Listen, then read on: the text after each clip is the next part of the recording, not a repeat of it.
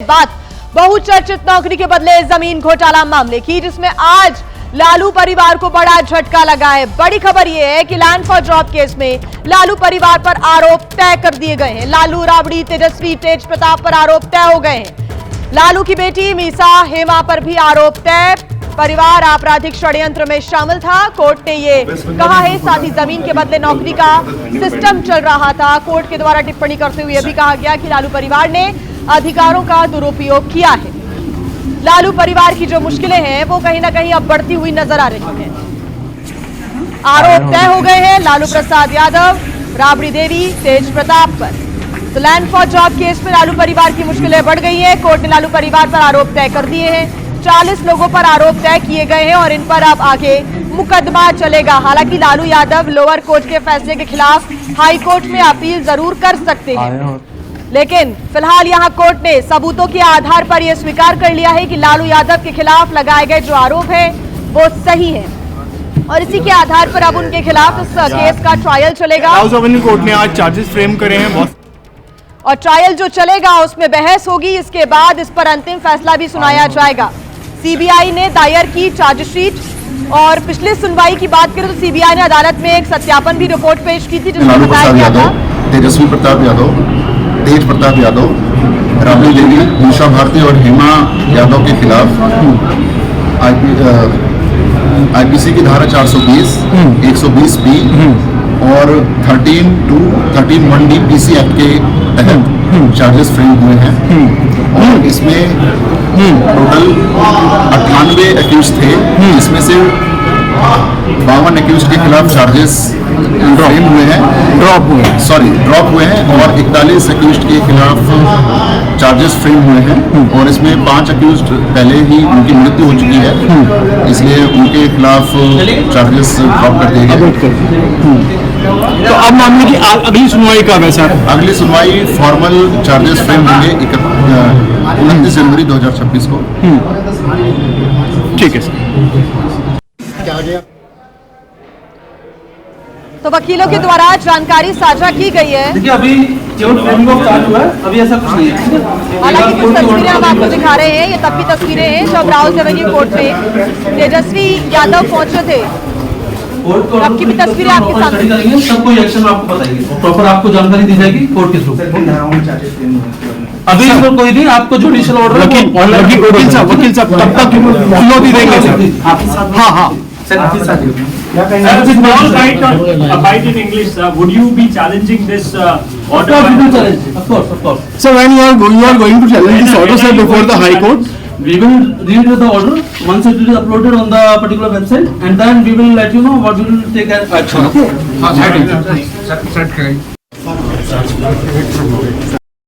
जानकारी के साथ हमारे संवाददाता मनोज वर्मा हमारे साथ जुड़ गए हैं। मनोज, अब जो ट्रायल है वो चलेगा, साथ ही साथ उसमें बहस की जाएगी। आगे की जो प्रक्रिया रहने वाली है कार्रवाई को लेकर, उसके बारे में भी जानकारी दे। कैसे लालू परिवार की मुश्किलें अब बढ़ गई हैं और ज्यादा?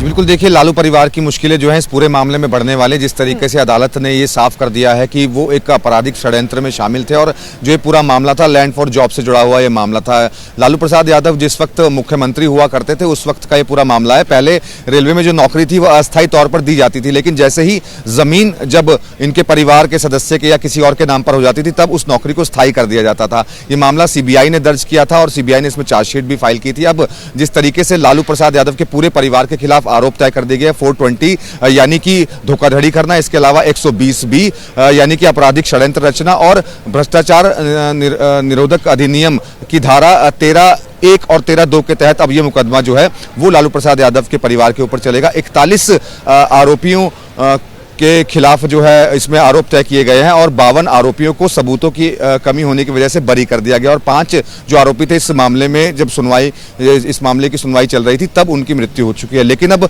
लालू प्रसाद यादव के परिवार की मुश्किलें बढ़ने वाली हैं क्योंकि अदालत में यह भी साफ किया गया है कि सीबीआई ने जिस तरीके से इस पूरे मामले में चार्जशीट फाइल की थी उसके अंदर कहीं ना कहीं पूरे सबूत जो है उनके खिलाफ ही पाए गए हैं। जब ये ट्रायल चलेगा तो सीबीआई अपनी जो बातें हैं वो अदालत को बताएगी कि किस तरीके से ये पूरा का पूरा जो परिवार था इस आपराधिक षड्यंत्र के अंदर शामिल था। यानी कि जब लोगों को नौकरी दी जाती थी तो किस तरीके से उनकी जो लैंड है उसको लिया जाता था, उसके बाद नौकरी को स्थायी कर दिया जाता था। तो अब उन परिवार की मुश्किलें बढ़ने वाली। हालांकि लालू प्रसाद यादव के परिवार के पास विकल्प है कि वो इस फैसले के खिलाफ आगे अपील कर सकते हैं। जी, कब तक अपील की जा सकती है लालू परिवार की तरफ से, क्या जानकारी मिल रही है और क्या क्या ऑप्शंस यहां पर नजर आते हैं? अगर हम लालू परिवार की बात करें तो कार्रवाई क्योंकि अब आगे बढ़ाई जाएगी, लेकिन उसको लेकर लालू परिवार क्या कुछ कदम उठा सकता है? आपने बताया कि एक तरफ तो हाई कोर्ट में भी अपील की जा सकती है लालू परिवार की तरफ से, और क्या कुछ ऑप्शंस है फिलहाल कानूनी रूप से?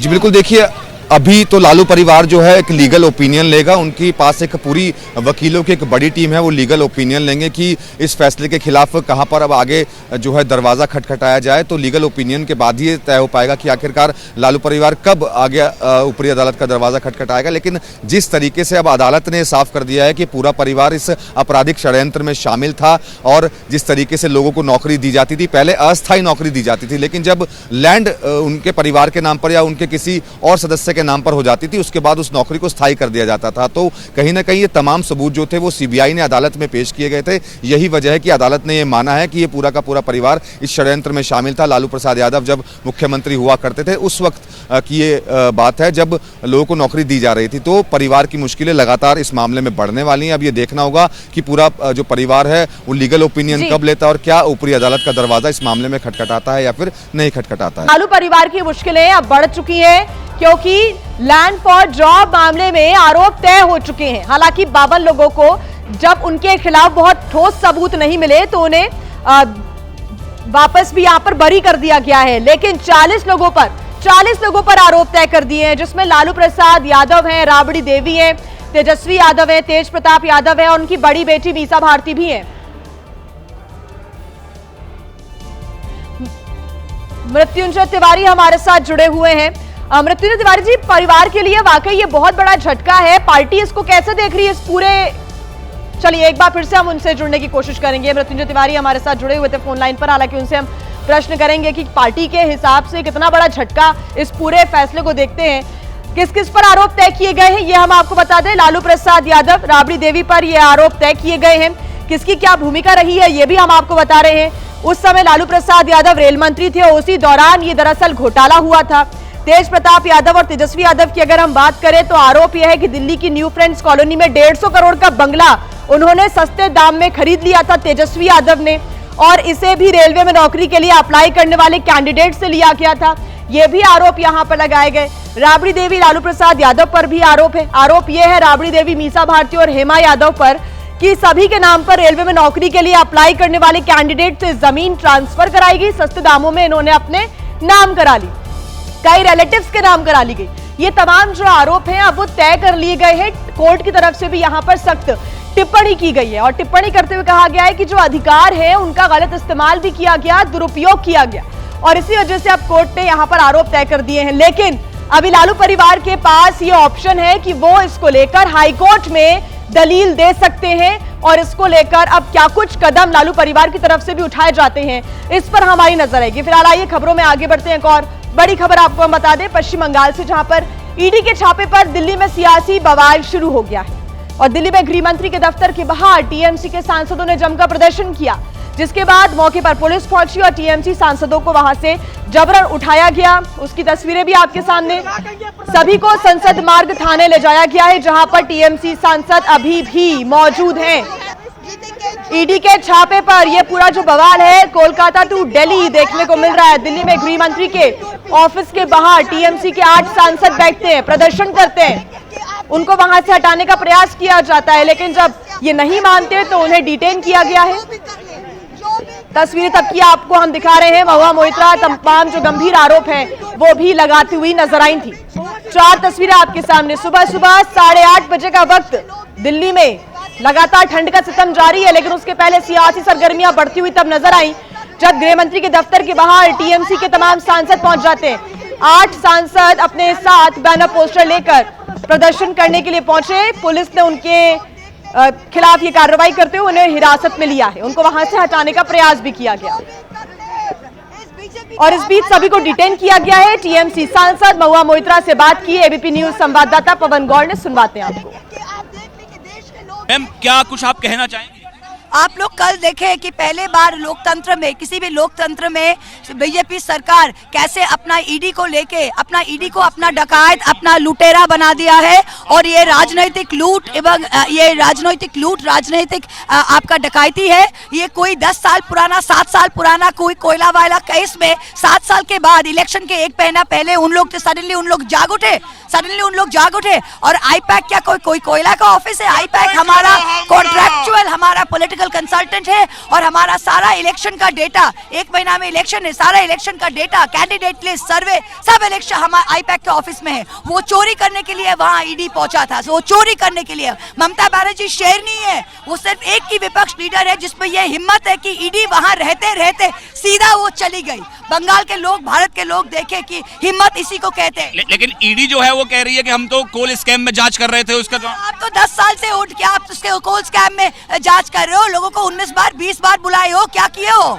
10 साल से आप जांच कर रहे हो और एक इलेक्शन के 1 महीना पहले आप जाके आपको सब कुछ मिल जाएगा।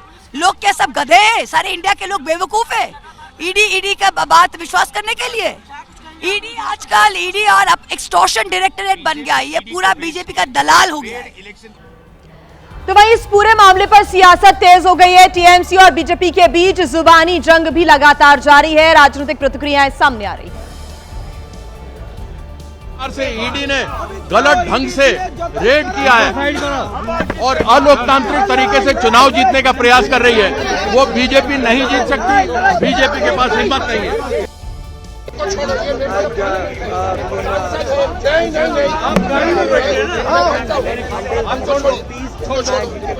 बीजेपी को हम हरा के रखेंगे। जो भी पुलिस लेके जा रही है, क्या कहेंगे प्रदर्शन हम करेंगे कि आप देख लें कि देश के लोग देख लें कि निर्वाचित सदस्य जीतेंगे। जो भी कर ले इस बीजेपी को हम हरा के रखेंगे।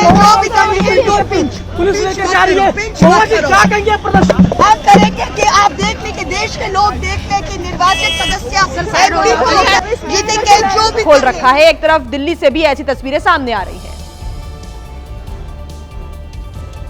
तो ये तस्वीरें तब की आपको हम दिखा रहे हैं जब महुआ मोइत्रा ने गंभीर आरोप भी यहां पर बीजेपी की सरकार पर लगाए हैं और ईडी की जो कार्रवाई है उसके खिलाफ वो लगातार हल्ला बोलती हुई नजर आई है। उन्होंने कहा है कि इतने नासमझ नहीं है जो उनकी ये कार्रवाई हमें समझ में नहीं आएगी।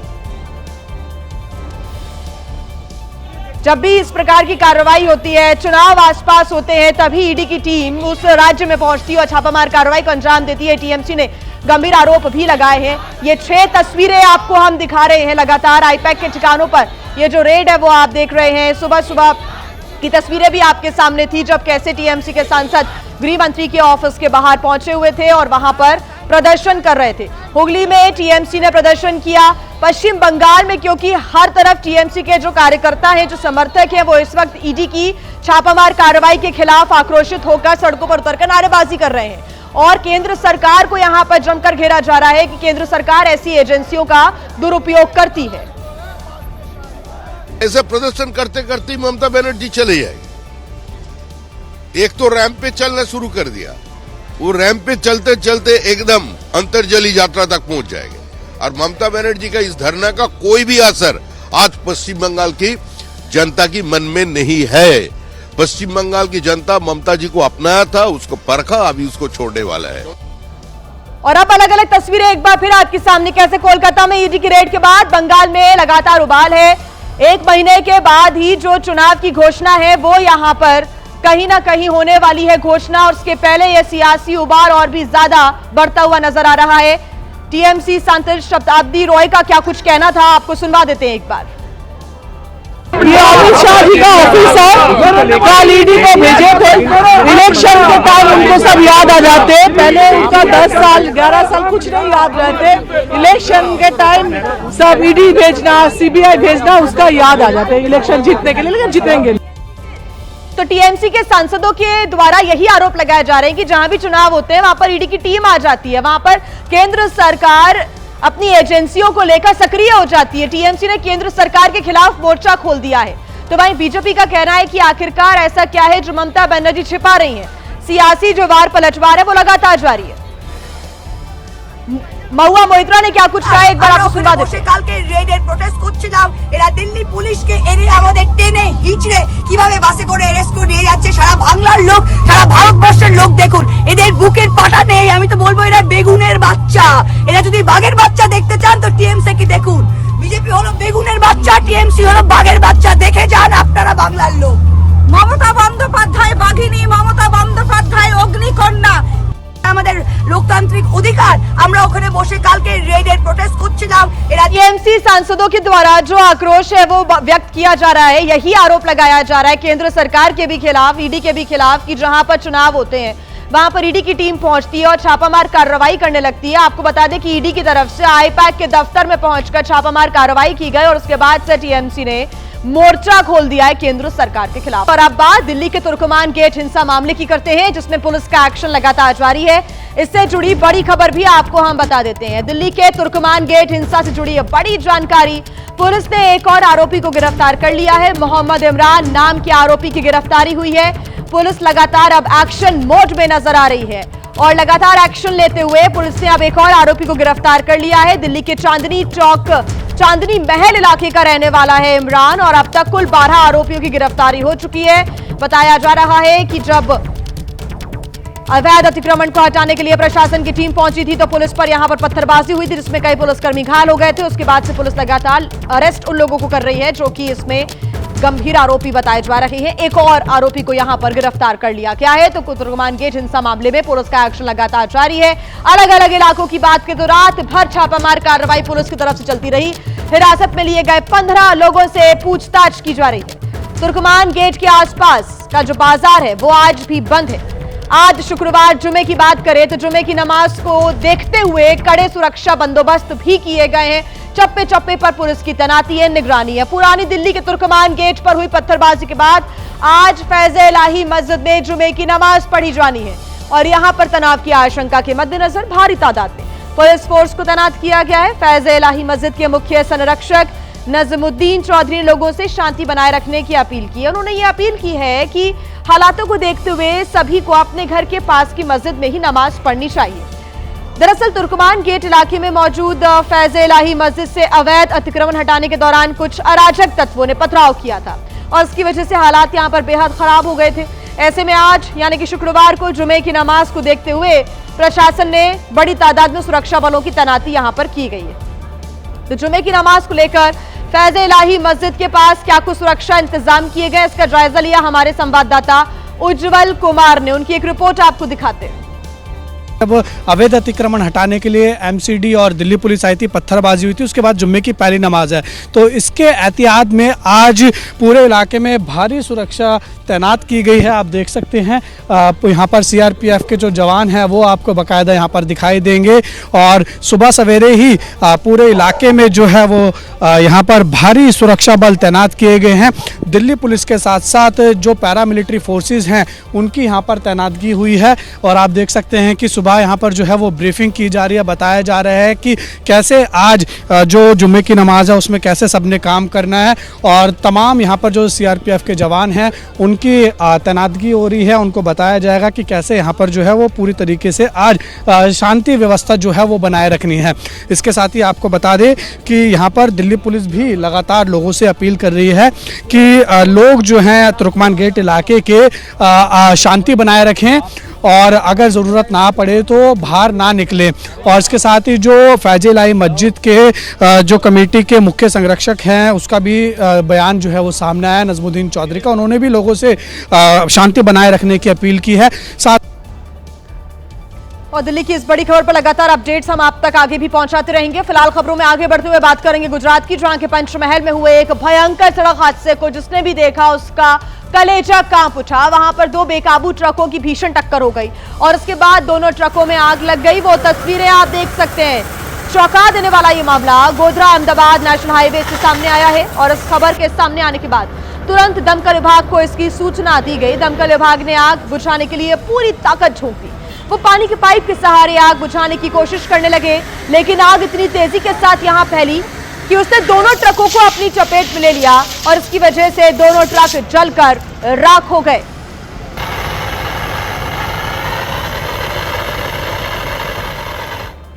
तो वहीं भीषण सड़क हादसे की तस्वीर मध्य प्रदेश के इंदौर से भी सामने आई है। यहां पर एक तेज रफ्तार कार पीछे से एक ट्रक में जा घुसी। यह हादसा इतना ज्यादा भीषण था कि उस कार का आगे का हिस्सा पूरी तरह से तहस नहस हो गया। दिल दहला देने वाला यह हादसा तेजाजी नगर थाना क्षेत्र के राला मंडल इलाके में हुआ है और इस हादसे में 3 लोगों की मौत की जानकारी है, जिसमें एक मध्य प्रदेश के पूर्व मंत्री बाला बच्चन की बेटी भी शामिल है। इस हादसे में एक युवक बुरी तरह से घायल बताया जा रहा है, जिसके बाद उसे गंभीर स्थिति में अस्पताल में भर्ती करवाया गया। हादसे के बाद ट्रक चालक ट्रक लेकर मौके से फरार हो गया। फिलहाल पुलिस आसपास के सीसीटीवी वीडियो से ट्रक की पहचान करने में जुटी हुई है। पूर्व मंत्री की बेटी की भी यहां पर मौत हो गई है, तो वहीं एक शख्स गंभीर रूप से घायल बताया जा रहा है। 3 लोगों की मौत की जानकारी है।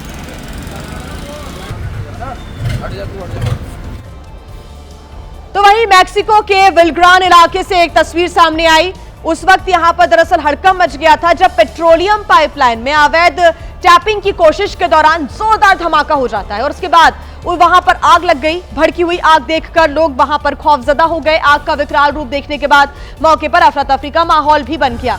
इन तस्वीरों को जरा आप देखिए, देख सकते हैं आप कैसे अवैध टैपिंग की वजह से पहले धमाका हो जाता है और उसके बाद आग तेजी से इलाके में फैलती चली गई। आग लगने के बाद लोगों ने उस कंपनी के अधिकारियों से संपर्क किया जिसकी तेल पाइपलाइन में अवैध टैपिंग की वजह से ये आग भड़की थी। मामले की जानकारी मिलने के बाद सरकार ने भी रेस्क्यू टीम्स को मौके पर रवाना कर दिया। 3 तस्वीरें आपके सामने, दूर से ही आग की लपटें और जो धमाका हो रहा है उसका भीषण रूप नजर आता है और आसपास के जो लोग हैं वो यहाँ वहां भागते हुए और अपने आप को बचाने के लिए नजर आते हैं।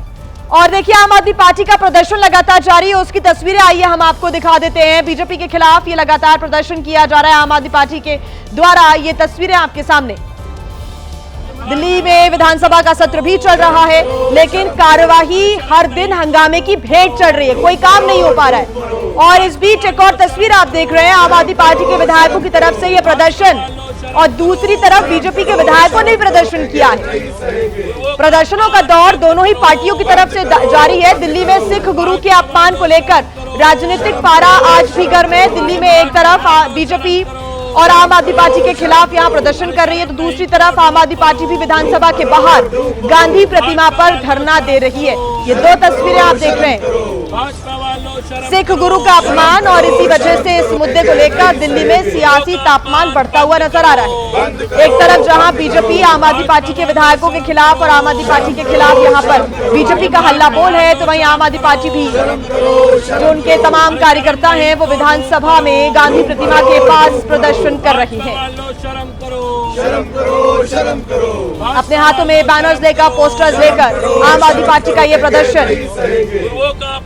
बंद करो, बंद करो, बंद करो, भाजपा वालों शर्म करो। आम आदमी पार्टी की तरफ से भी प्रतिक्रियाएं लगातार सामने आ रही हैं। आम आदमी पार्टी के विधायक संजीव झा क्या कह रहे हैं? आप लोग लगातार ये मांग कर रहे हैं कि जो फर्जी वीडियो है उसके खिलाफ जो फर्जी वीडियो है उसके खिलाफ बर्खास्त किया जाए, क्या मांग है? देखिए, कल स्पीकर साहब ने सदन में ये कहा कि हम फॉरेंसिक लैब भेज रहे हैं इस वीडियो को। तो अगर आप फॉरेंसिक लैब भेज रहे हैं इस वीडियो को तो फिर इसका मतलब ये है कि ये जो वीडियो चल रहा है, हमने कहा कि इसको मंत्री और विधायक डिलीट कर दे क्योंकि ये फॉल्स र्यूमर है। आदेश करें कि इस तरह का वीडियो 15 दिन तक नहीं चलेगा तो रिपोर्ट नहीं आ जाती। मतलब क्या बुरा कहा हमने?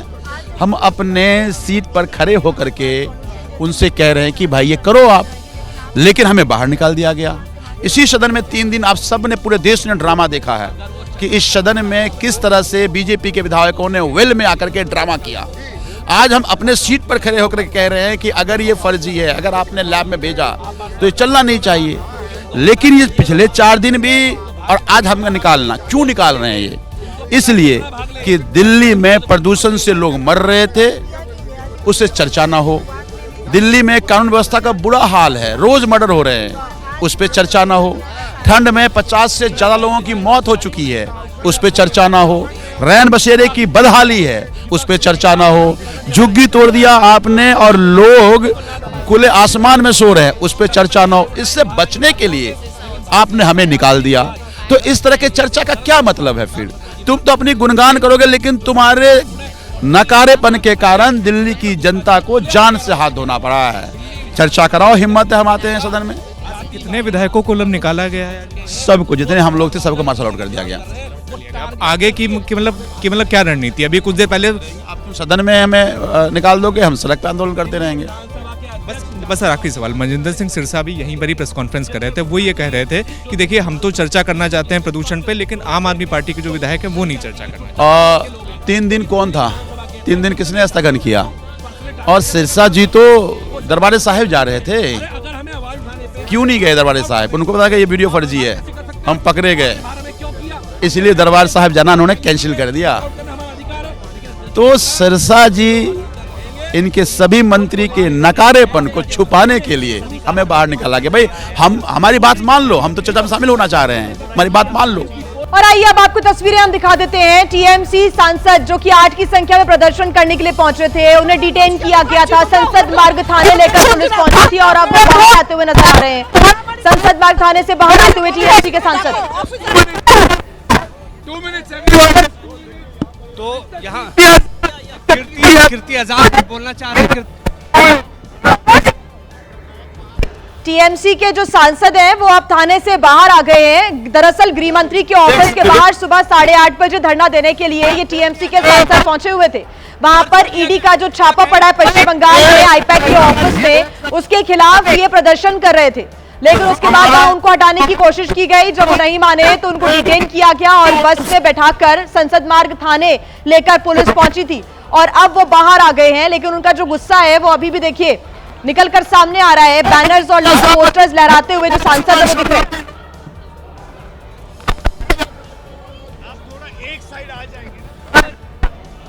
लगातार टीएमसी की तरफ से बीजेपी पर और केंद्र सरकार पर आरोप लगाए जा रहे हैं। ये कहा जा रहा है कि जहां पर भी चुनाव होते हैं वहां पर केंद्र सरकार इन एजेंसियों का दुरुपयोग करती है और वहां पर छापा जो पड़ता है उसकी जो फ्रीक्वेंसी है वो बढ़ जाती है। ईडी की टीम छापामार कार्रवाई करने के लिए पहुंच जाती है और जब आईपैक के दफ्तर में छापा पड़ा तो उसके बाद टीएमसी के सांसद सड़कों पर उतरे। तरीके से अमित शाह जी के ऑफिस के बाहर ईडी के रेड के विरुद्ध प्रदर्शन कर रहे थे। उस प्रदर्शन में हमने शांतिपूर्ण रूप से थे, आपने उसके विजुअल्स देखे हैं, हमको उसमें कुछ बात करने की आवश्यकता नहीं है। लेकिन प्रश्न एक उठता है जो कि बहुत ही ज्वलंत प्रश्न है कि ईडी के रेड केवल विशेष क्यों और जबरदस्ती क्यों किए जा रहे हैं। हम ये भी जानना चाहते हैं कि ऐसे अनेकों लोग हैं जिनके ऊपर पुख्ता प्रमाण है।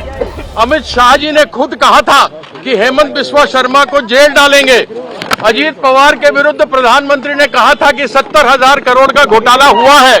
नारायण राणे के ऊपर पैसे को हेराफेरी करने का किया गया है और हमारे बंगाल के एक नेता है शुभेंदु अधिकारी, जिनको 5 लाख रुपया हेराफेरी करते हुए, पकड़ते हुए और अपने ड्रॉर में डालते हुए देखा गया था। क्या ईडी केवल विशेष रूप से उन विरोधियों के खिलाफ में काम कर रही है जिनके खिलाफ वो जीत नहीं सकती? ये भारतीय जनता पार्टी की हिम्मत नहीं कि वो वहां आकर ममता बंदोपाध्याय के विरुद्ध जीत सके।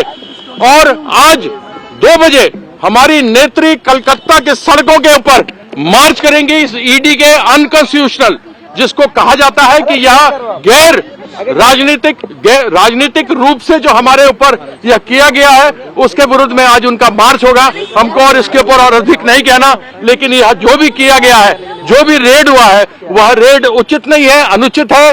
जीतने के लिए वह कुछ भी करने को तैयार है और जिस प्रकार का रेड हुआ, ये चोर लोग ही इस तरीके से करते हैं और आकर हम पर ब्लेम लगाते हैं। उल्टा चोर कोतवाल को डांटे वाली बात है। इसके बाद अंग्रेजी में महुआ मोइत्रो और बंगला में शताब्दी रॉय। महुआ जी यहाँ महुआ जी आए बीच में। शताब्दी एशो प्लीज टू मी। एक साइड आ जाएंगे तो आपको आसान। This morning, hello everyone. As you can see, we have been detained. And brought to the Parliament Street Police Station. We were protesting very peacefully this morning. A group of us 8 MPs outside the Home Ministry, the office of the Honorable Amit Shah, who yesterday most shamelessly, after being unable to fight us on the ground politically in Bengal, sent his enforcement directorate, the extortion directorate, to loot and plunder and do political espionage on our party and steal our taken our party's election documents and election data, and on a 7 to 10-year-old case, what were they doing? Sleeping now. That's number one.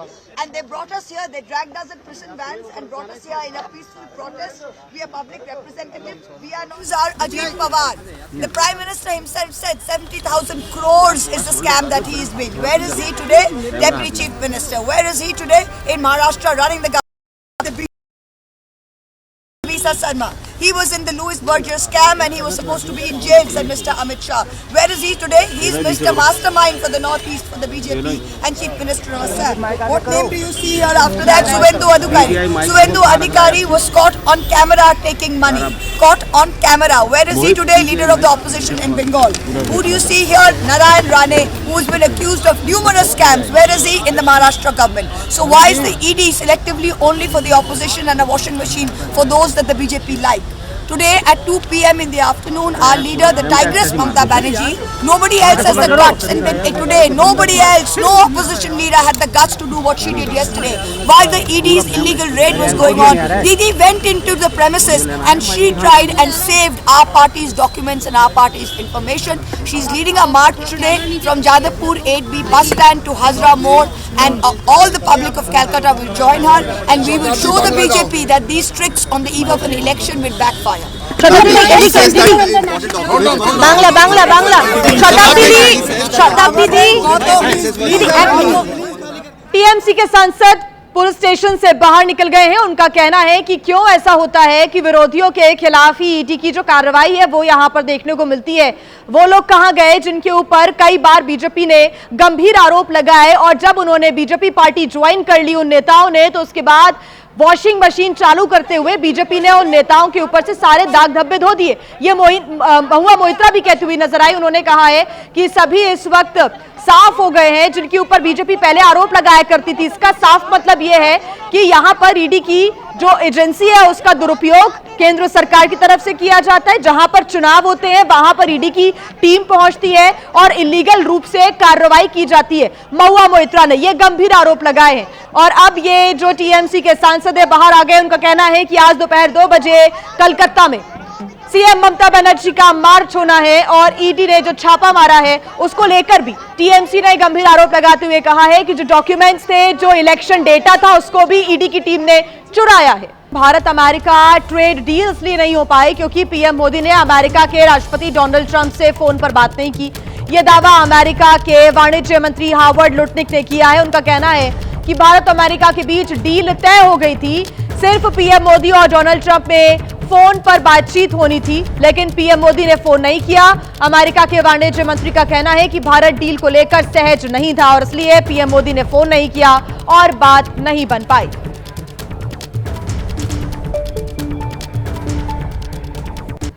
तो वहीं पूर्व राजनयिक दीपक वोरा का कहना है कि America के वाणिज्य मंत्री के बयान से यह साफ हो गया कि ट्रंप सिर्फ मनमानी करना चाहते हैं और घमंड इतना ज्यादा है कि अपने आगे वो किसी देश की बात को तवज्जो नहीं देते, सबको डराकर रखना चाहते हैं, लेकिन डर और दोस्ती साथ साथ नहीं हो सकती। नरेंद्र मोदी ने, प्राइम मिनिस्टर ऑफ इंडिया ने मैकडोनाल्ड ट्रंप को फोन नहीं किया, इसलिए वो नाराज हो गए और ट्रेड डील नहीं हुई। तो क्या वो फोन नहीं कर सकता था? उसको ट्रेड डील नहीं चाहिए?